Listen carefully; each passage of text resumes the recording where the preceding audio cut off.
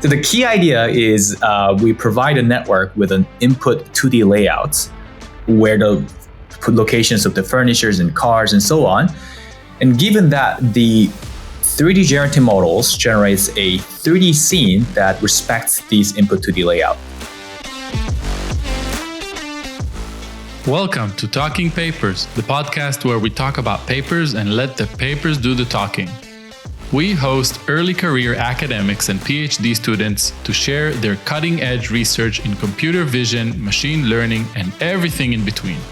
I'm your host, Itzik Ben Shabbat, a researcher by day and podcaster by night.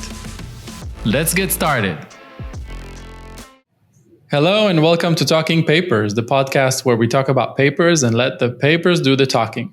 Today we will be talking about the paper CC3D, Layout Conditioned Generation of Compositional 3D Scenes.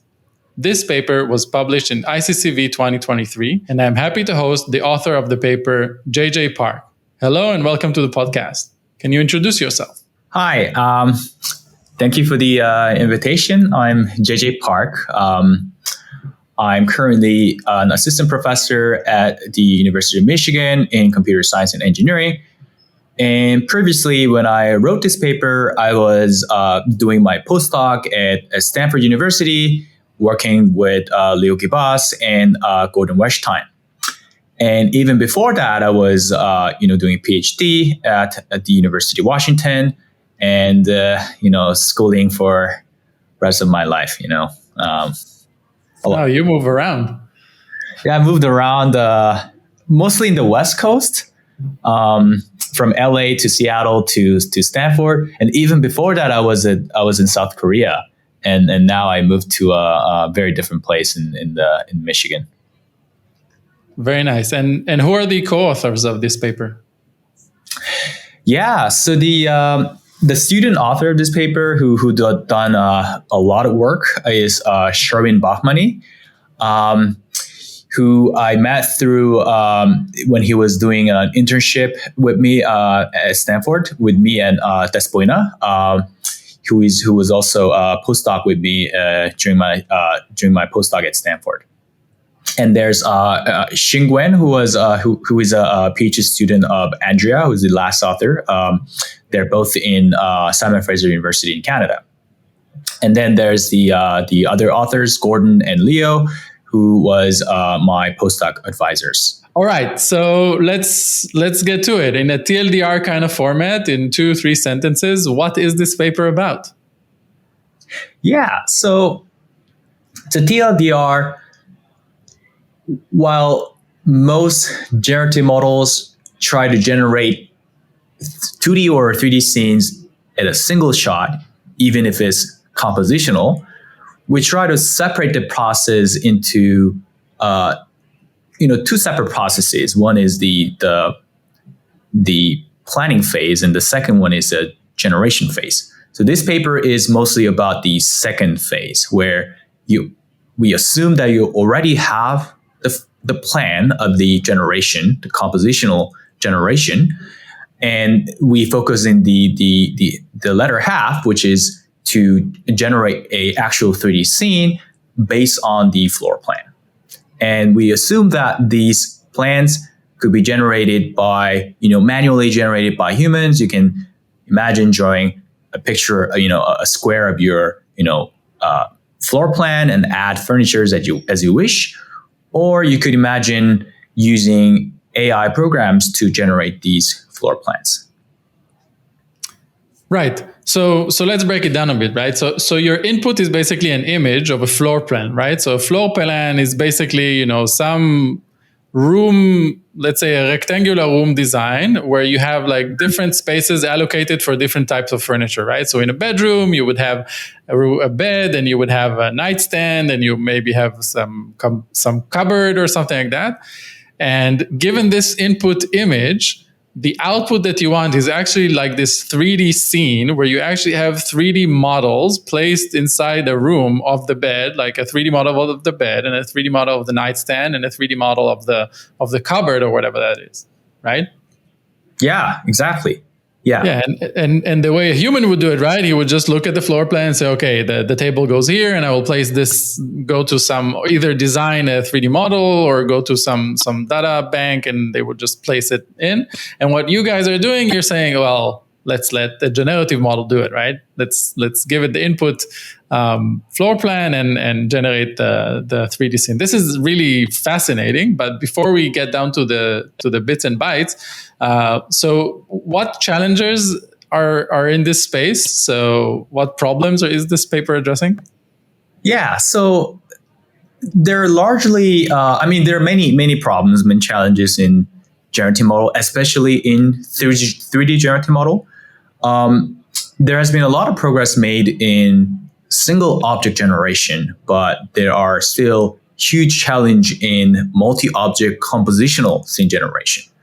One of the big challenges of that is that there is, there's multiple decisions to make. The first decision is where to put these objects in. Like, it's a more structural and spatial decision. And the other decision is, how does actually these objects and scenes look like? It's more like traditional generative model. Like, how does this object look like? So we try to separate these challenges into two, and then make it easier so that we don't have to do these two challenges at once. Another challenge in 3D generative model literature is the representation.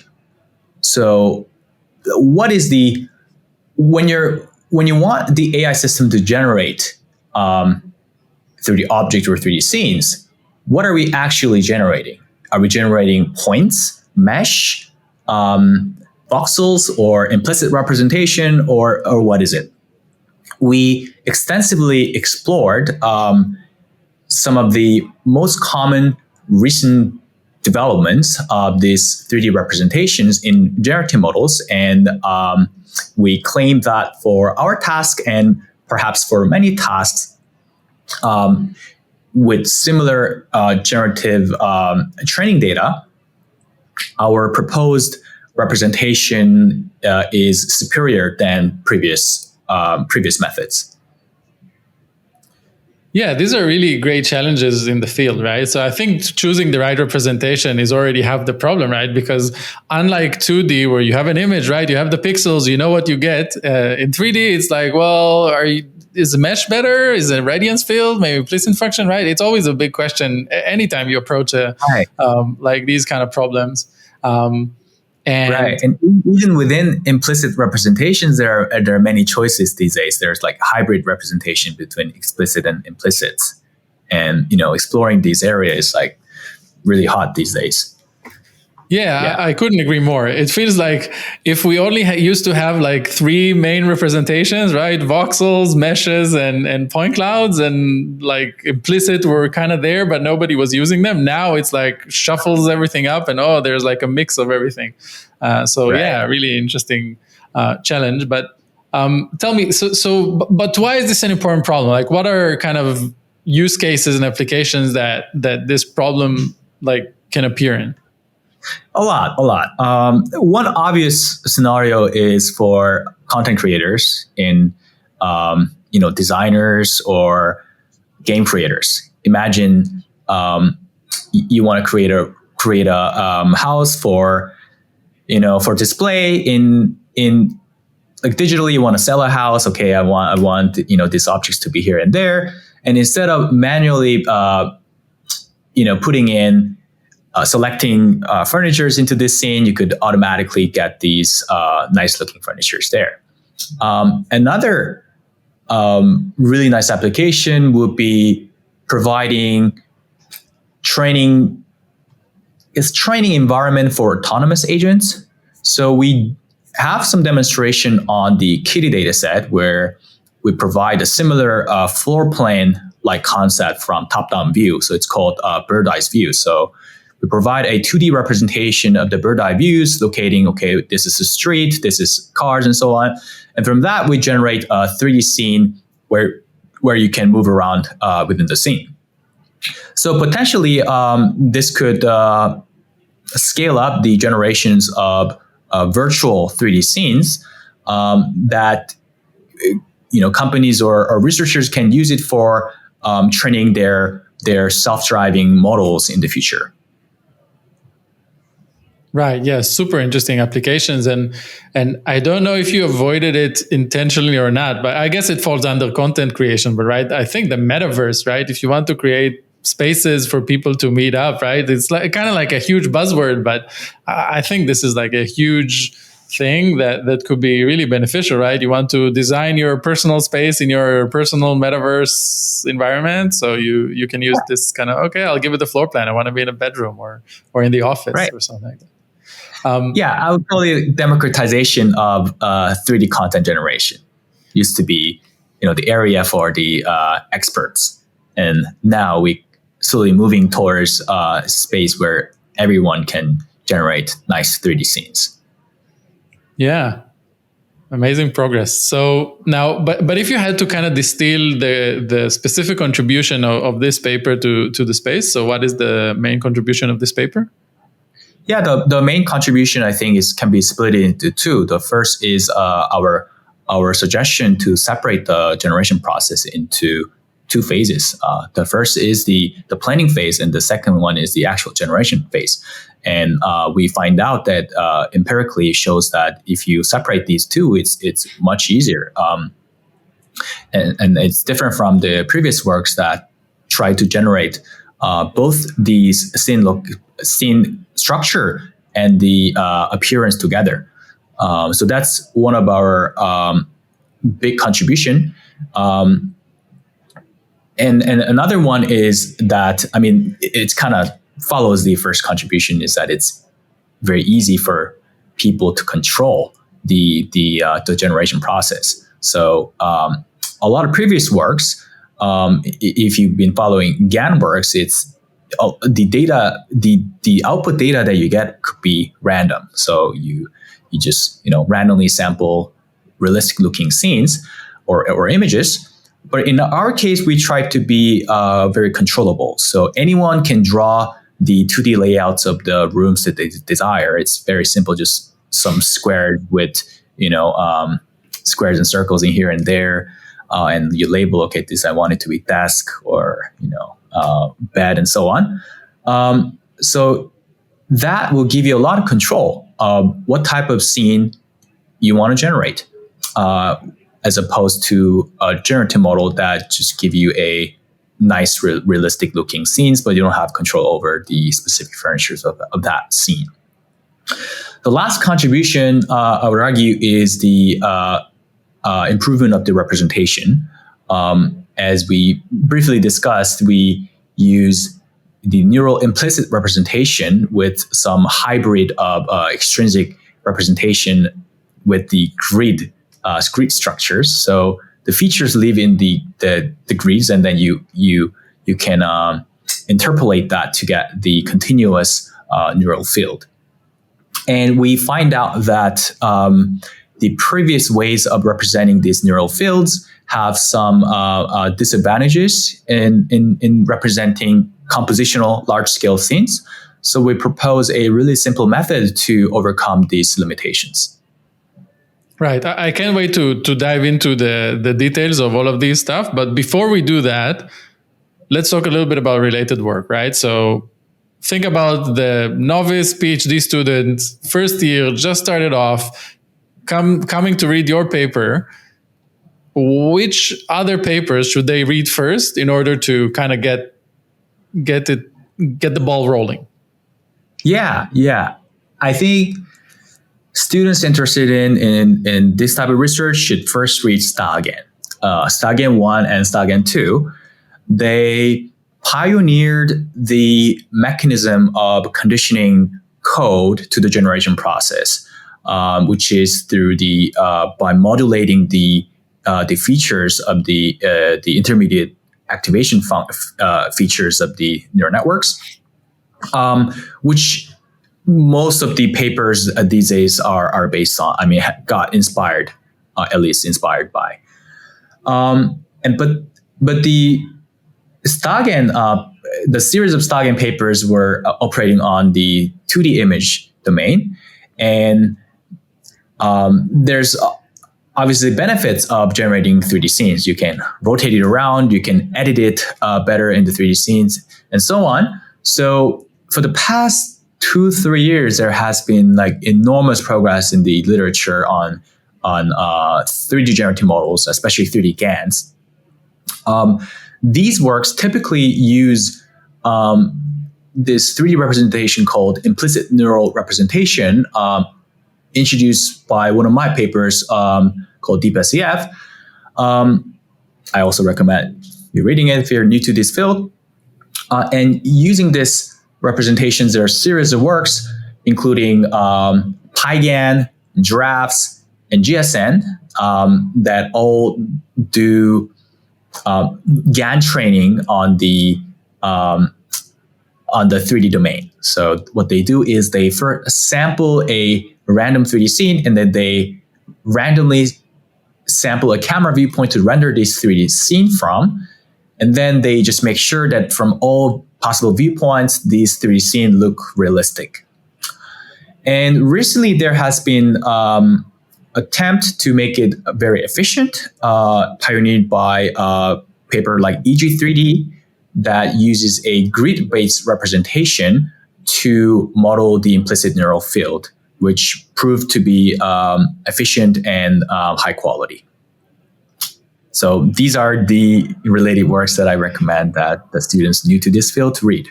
Yeah, great. I'll make sure to put links to all of these relevant references in the description. I have to say, DeepSDF is one of my favorites. I even remember walking around CVPR, seeing that paper on the poster of that paper, and I remember it was the same conference. There was another one that was very similar, but did it with occupancy network, and you guys did the sign distance field. It's a really great paper. I really love it, and I even had that. Yes, I should have mentioned the occupancy networks. That was the concurrent work that introduced the neural implicit field. Yeah, and these. There was another, from Simon Fraser University. Yes. Yeah, all of these papers kind of launched this field into this spiraling. There's so many papers that came afterwards trying to improve it. Works from Yaron Lippmann's group in Weizmann Institute that kind of played around with the way you define the loss and how you improve and do geometric initialization and all of these and then sirens and all of these kind of works that followed it kind of really showed the strength of this representation. It's one of my personal favorites from the recent years. But okay, enough about related work. I'm really curious to see what you did in this paper, right? So let's talk about the approach. So tell me, what did you do and how did you do it? Yeah, so our input is, as I said, the 2D layout. And the major task is how do you get 3D from this 2D layout? And if you have a computer, if you have a monitor, please look at figure 3, which shows the architecture figure. What it basically does is that our main backbone, which is the conditional Stagen, takes this layout image and outputs a feature map. And within the Stagen, an important point to note is that the Stagen is modulated by some latent vector, which decides the style of this scene that is about to be generated. Because there are so many ways that you can generate 3D scene respecting the 2D layouts. Okay, so 2D layout in, 2D feature maps out by the conditional Stagen architecture.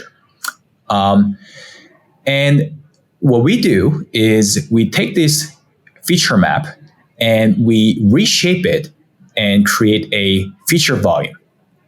This is slightly different from previous approach like EG3D that tries to reshape it to make a triplane representation. It's difficult to say it in words, but essentially what they do is they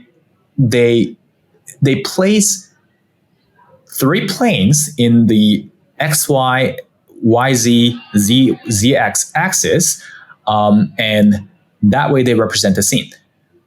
But as I will probably have to explain later, we find problems in this representation. So instead, we took a simpler approach, which is to just reshape the 2D feature map and make it into 3D. So there's the number of features does not change, but you simply change the shape of your tensors to make it a feature volume.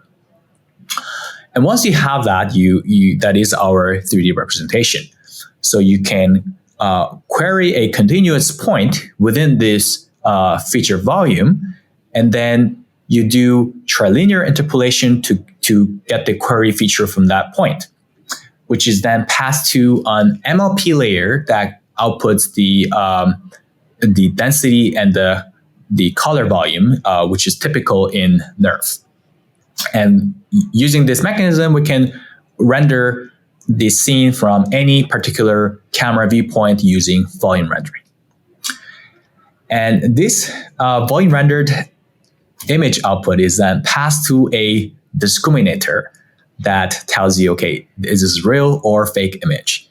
And we optimize our generative model so that the discriminator is fooled to think that this is a real image. Yeah, I just want to add one thing. One of the things that I really liked about so when I came to read the paper initially, until I read the approach part of the paper, I only then kind of realized that, wait, you don't have a paired like floor plan to 3D kind of one-to-one correspondence, right? This is a completely different case. You have a floor plan, right? And then you have this and you want to generate these 3D scenes, but without this pairing. And the way you do that is using the GAN, right? So the GAN, you're basically asking, is this generated 3D model that I created, if I render it from one image, if I render it from one camera position and view direction, does this look real? Like, is this an image from the distribution of all possible 3D scenes that are kind of from the data set, or is this a fake one that I just generated? And that was really nice, like, because to me, the first thing I would do is, well, if you have a one-to-one, you just do kind of a reconstruction loss and you're good. But here, no, you don't have a reconstruction loss. This is a GAN loss. Right. Yeah. I kind of got used to that, so that's why I didn't mention it. For me, it's kind of natural, but you made a really good point. Like, what's fascinating about these, I think this paper and also the field in general, is that oftentimes you don't need camera pose, like ground truth camera pose. You don't need correspondences. So here, as it's say, we're just given a two separate set of data set. One is the list of, the layouts and the list of 2D viewpoints. We don't even have multi-views. We just have 2D viewpoints. And then from there, you just process the 2D image to generate 3D model. And then you render this 3D model.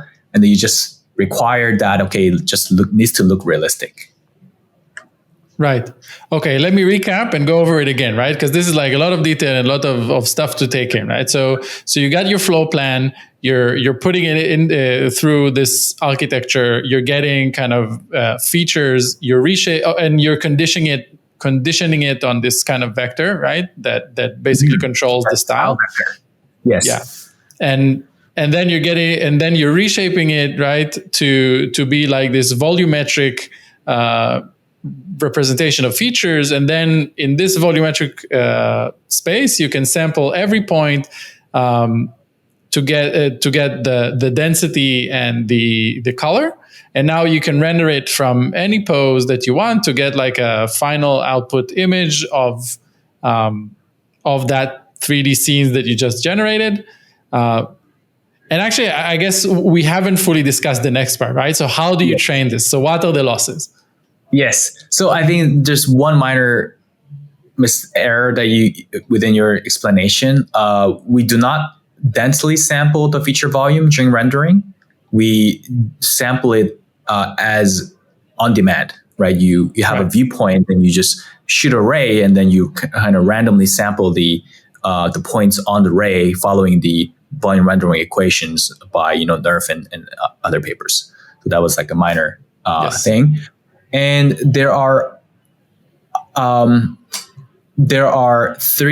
generally two major losses. The first is the adversarial loss. Okay, does it look realistic when you render it from arbitrary viewpoint? Okay, so if you have this loss, okay, it could generate something realistic, something very nice.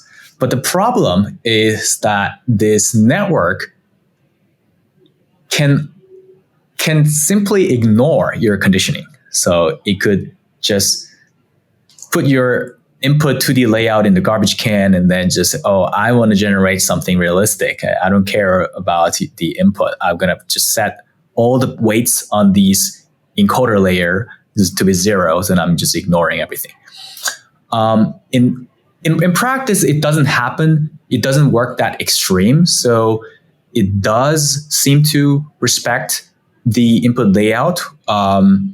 We believe that is some inductive bias that comes from the same location of the 3D scene and the layout. So it does seem to respect it to some extent, but we often observe that some furnitures disappear in the 3D scenes.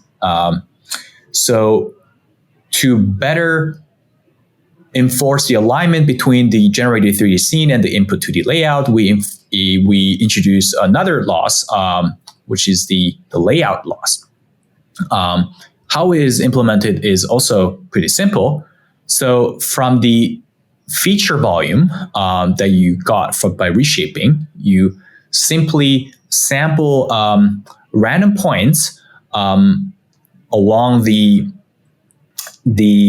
rays that goes from the top to the bottom. So it's the top-down bird eye view. You're simply doing, say, orthographic projection, and doing that, you're sampling some random points along the ray, and that gives you an image because it's orthographic projection, right? And using that, you put that into the STAGAN discriminator we use for the GAN training, and we attach a decoder layer so that we output the semantic segmentation of this floor plan. So I'm going to repeat that. So you have the feature volume, you generate an orthographic image from top-down view, and then put that into some unit architecture to get a segmentation of this floor plan. And because we know the ground truth, which is our query to the input layout, we can compute the cross entropy loss between our predicted segmentation and the ground truth. And this is another layout loss that we use to make sure that the layouts are respected by the generation process. This is done pixel-wise, right? Yes. No, this is yes and no. I mean, it depends on how you define pixels, but it's on the feature volume, the slice of the feature volume space. Yeah. Right. But so you're projecting it, right, onto the, I don't know, ZX plane, I guess, if Y is up, right? So you're kind of projecting everything. You're getting an image, and then you're taking that image, comparing it to the original floor plan, and you're doing cross entropy, right? Between those two. Right. So this is pixel-wise, right? Yeah. Yeah, I think you're right. Yes, okay. Yes. Okay, that's really nice, because let me just quickly recap what you were saying, right? So you were saying basically, if you just feed everything without this new floor plan semantic loss, right, then you would just get nice 3D scenes that kind of follow the floor plan, but sometimes would lose a chair or some other component in the scene, and you kind of want to enforce that the floor plan is an important thing that the model needs to follow. And in order to do that, you're kind of now basically penalizing the model if it deviates too much from the original floor plan, right? You're basically doing this, the semantic kind of loss that kind of forces the output scene to have all of these pixel level class correspondences, which is really nice. It was surprising that you weren't getting it originally, but this original loss, it's nice that it's putting it back in there. And I guess like when I was reading it, what I was thinking was, well, maybe if a component is too small, then it doesn't have a lot of, like if you encode it now into features, it doesn't have a lot of representation power. So yeah, it makes sense that the network kind of maybe ignores it because the overall kind of takes over, right? Yeah. I think the readers should look at figure 5 that shows that, some without the loss, it loses randomly some objects, and with the loss, it has better behavior. Yeah. I think in the results, like it usually kind of keeps the main item, I guess, like in bedrooms. I know from what I saw, correct me if I'm wrong, but like in a bedroom, it keeps kind of the bed, right? Because it's the main thing that it's looking at. Did it happen with and without the loss anyway, right? Did it kept the bed, but it kind of put other things away, right? Yeah. It kind of missed the small ones, oftentimes. Yeah. Interesting.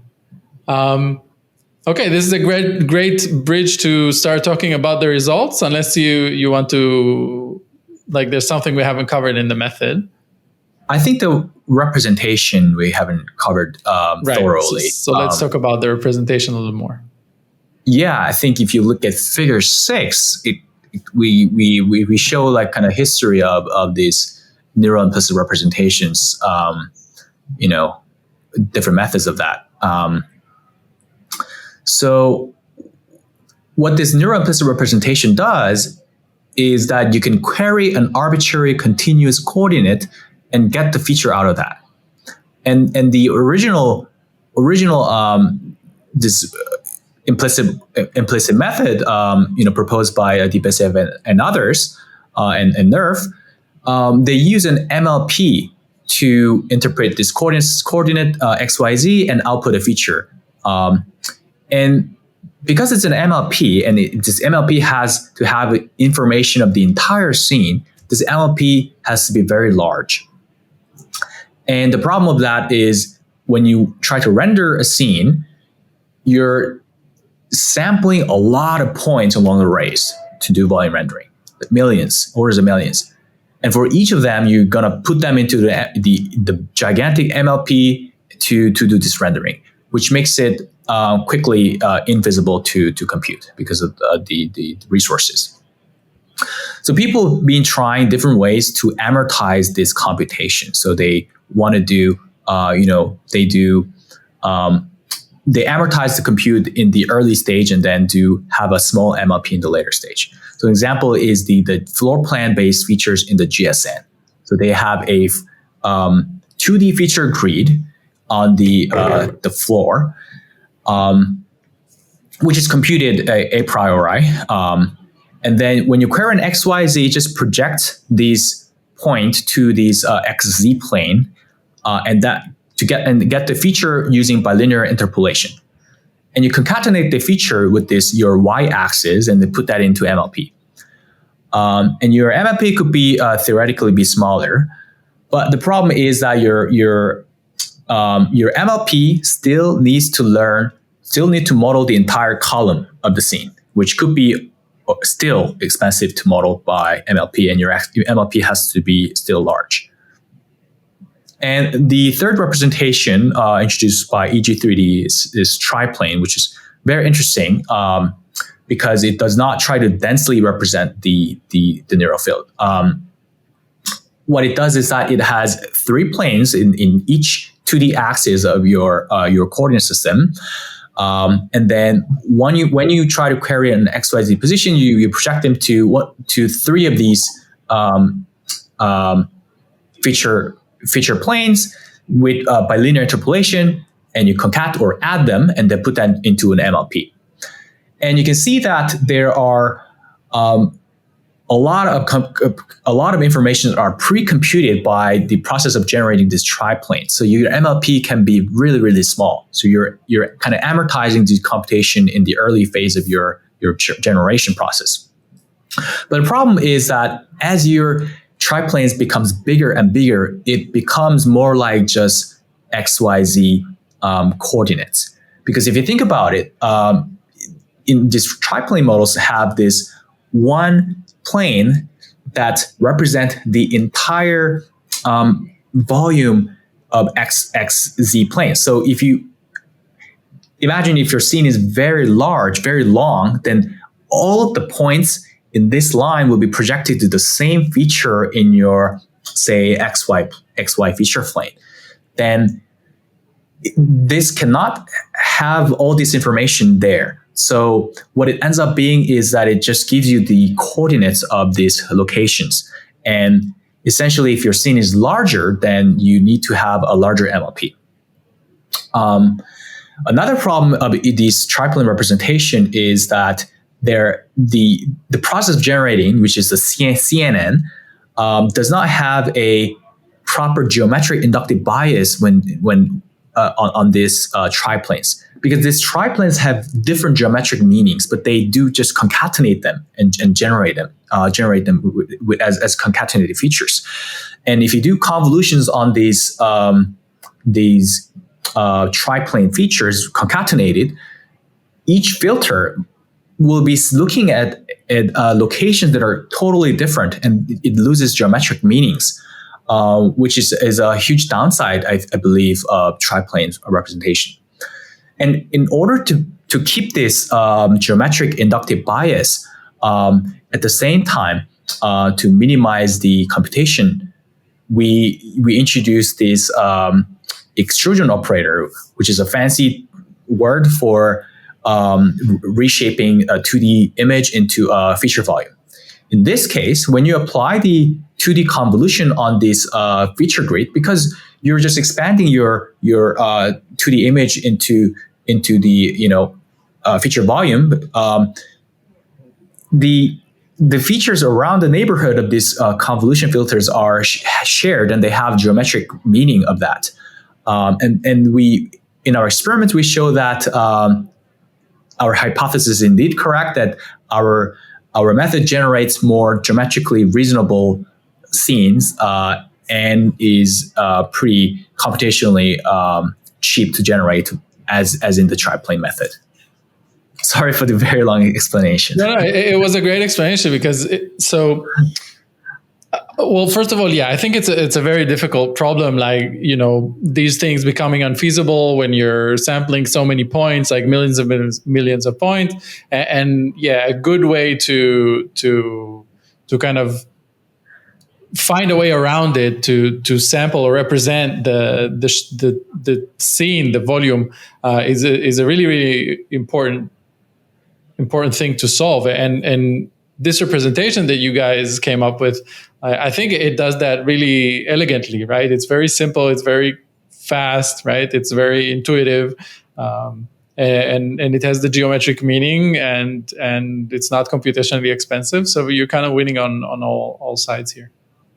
Yeah, and the downside is that if you're trying to model a very large scene, it also can't do it because it's expensive to store this feature volume.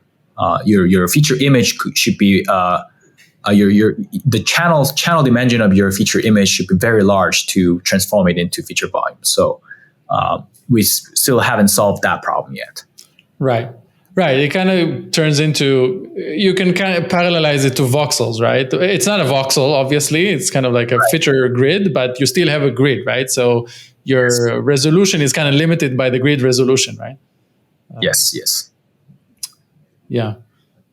Interesting. Okay. So now let's move on to the results section of the paper. So you got your method, you're taking your flow plan, you take your random vector, you're putting it in, you're getting a nice 3D scene with your kind of nice special representation out. How do you evaluate this thing? Yeah, so our experiment is actually quite simple.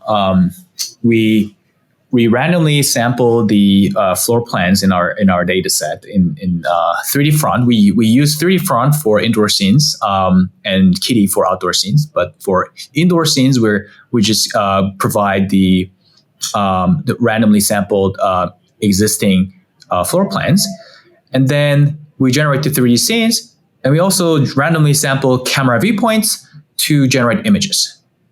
And we do that for all the other methods, except that the existing methods don't rely on this 2D layouts. So we had to train a unconditional version of these ones, and these comparisons, EG3D, GSN drafts, all generate their images without the conditioning 2D input layout.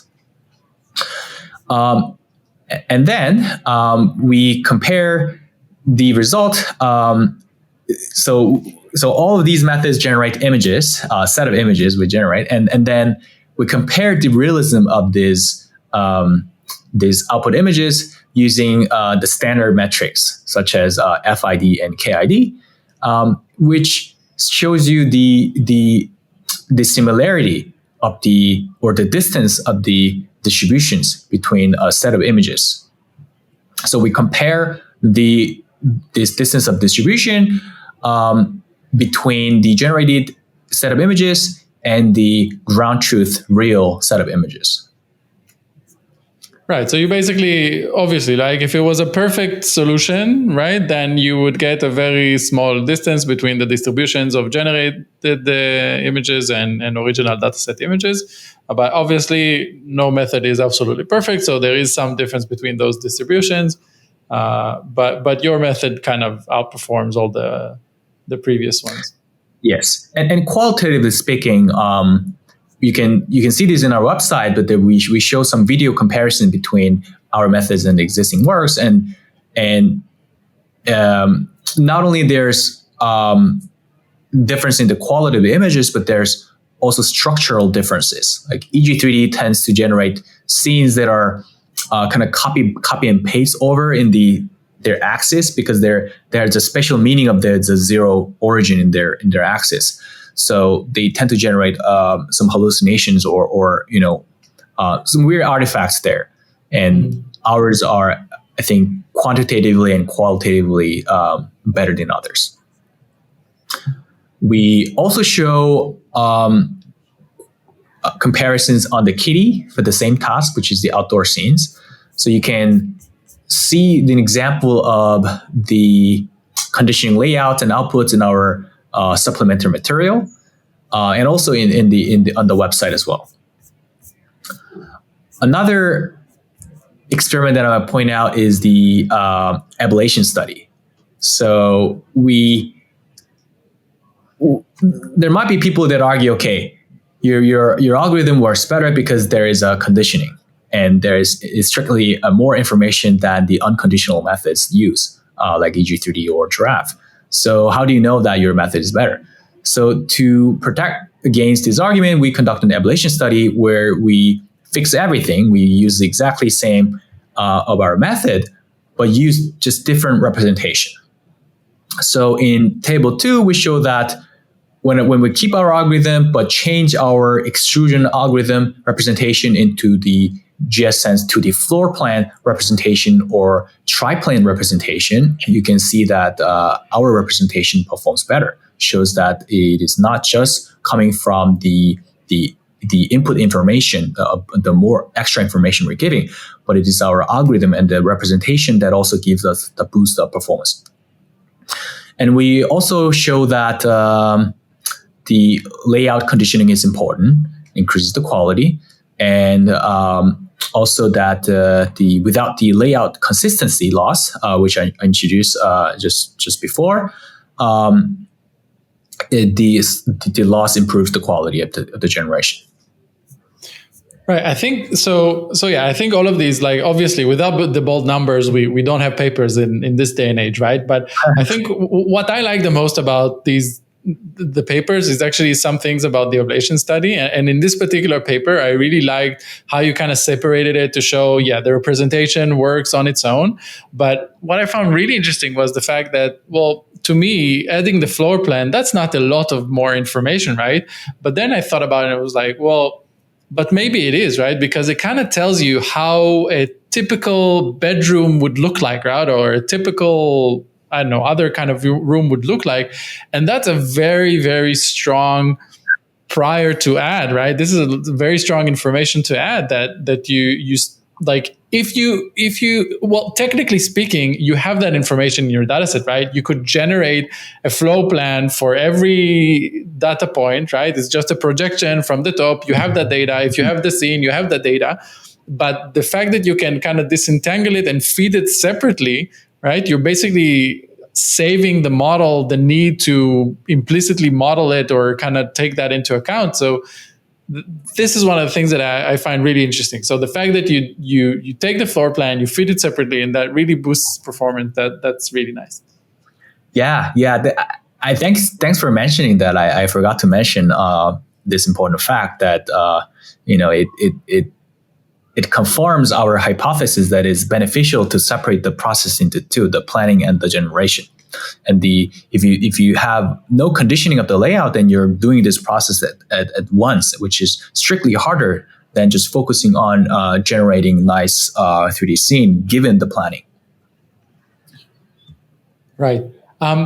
Before I ask the what are the failure cases question, I think we haven't discussed the input vector that you're kind of putting in, right? Because basically that vector, that controls the style, right? So if it's a bedroom, right, it would control, I don't know, the color of the bed sheets, right? And all of these kind of things.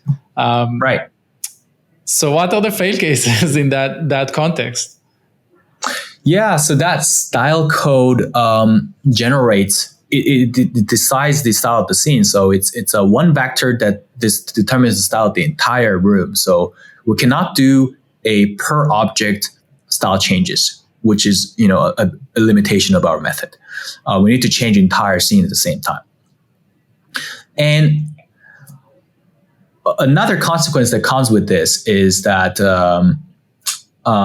it is oftentimes difficult to do translations and rotations or removal. So certain editing activities in the input layouts. Because these styles are so mingled to each other, changes of your input layouts often result in the change of the style, even if you don't change the style code. So disentangling the styles of each object is one of the future work, interesting future work. And the opposite is also something that happens, right? If you change the code, you might change a little bit the layout, right? Or is that not happening? No, that we didn't observe that happening, actually. Mm-hmm. That part is pretty robust. Okay. If you change the style code, it really changes your scene without changing the locations. I think you can see that in figure 12 of the evaluation study that shows it works really nicely. Nice, really cool.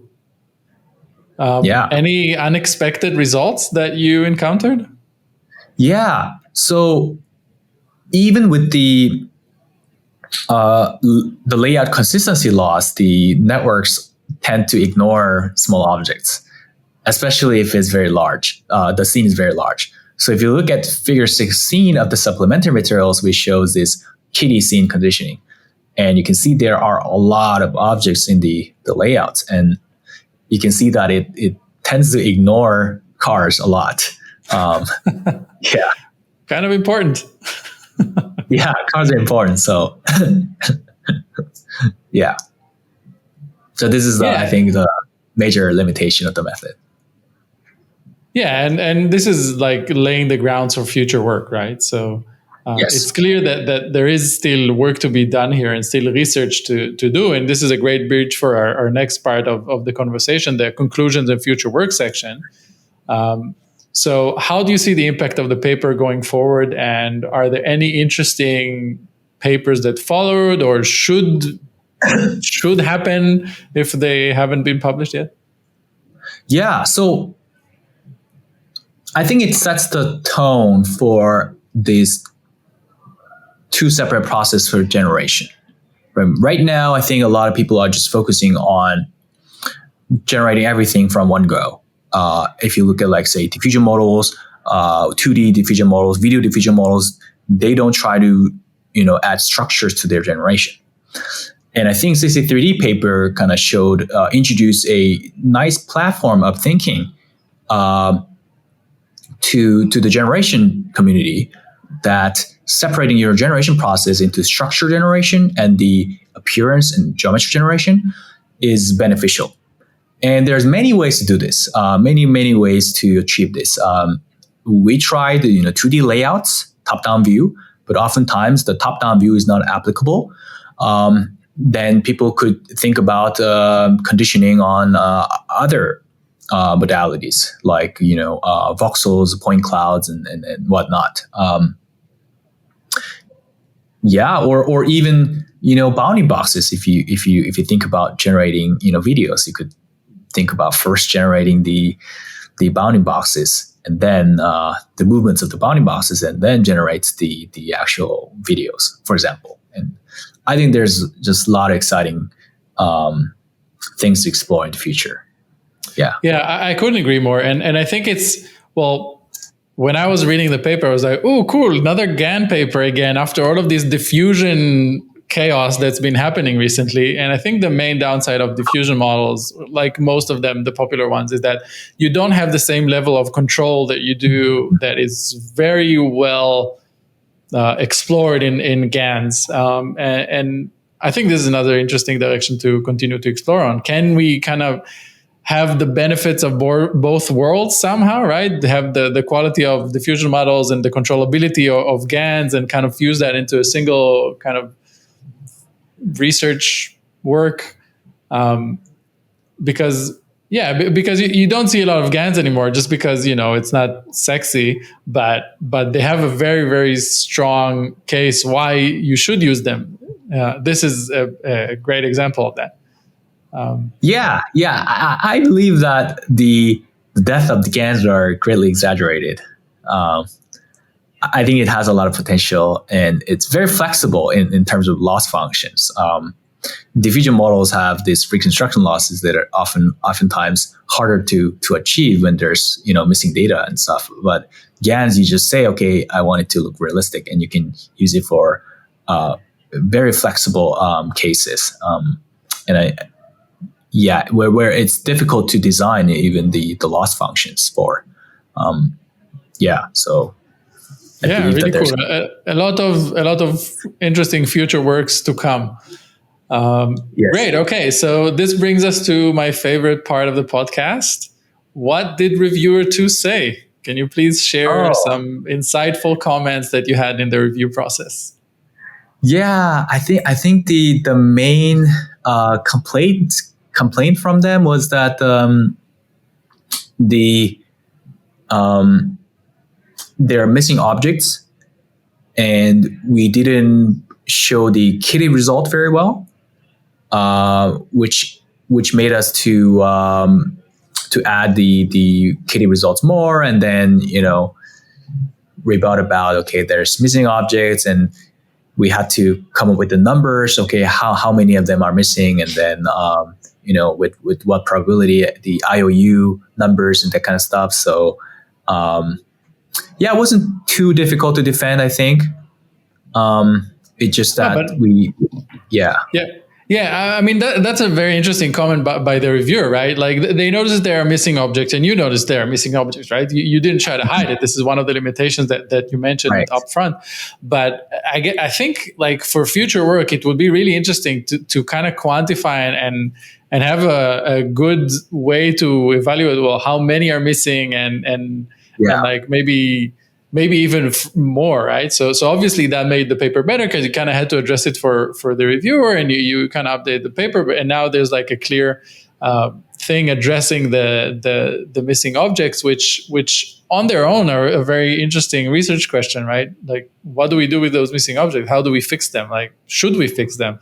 Because if you're matching the distributions well enough, right, then why are they gone? Maybe they're not that important. Well, it's like a lot of I mean, for sure they are important, right? They're in the original layout, so they should be there. But why? These are all these kind of questions that kind of spark the next project, right? Like, why is it missing? Why are they missing? Why is it missing those? Why is the model not able? Is it a number of parameters issue? Is it an architecture issue? Is it like a schematic, like overall approach issue? My intuition, by the way, tells me that these missing objects are just because of the size, right? When you're encoding it, if they have a small size and you don't get a lot of pixels and you have like a big object that's taking up a lot of it, then that might be the thing. But I don't know. This is just my guess. That's quite possible, I think. Yeah. Cool. Right. All so right. instead of doing like segmentation loss, we could consider like detection loss. There could be smart things you can do, I think. Oh, cool. Yeah, I haven't thought about detection loss.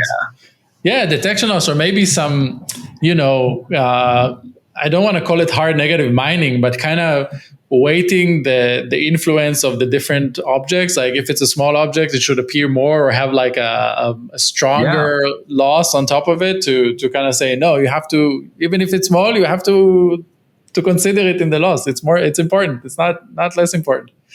Yeah, it might be interesting topic to study in fairness in AI. Yeah.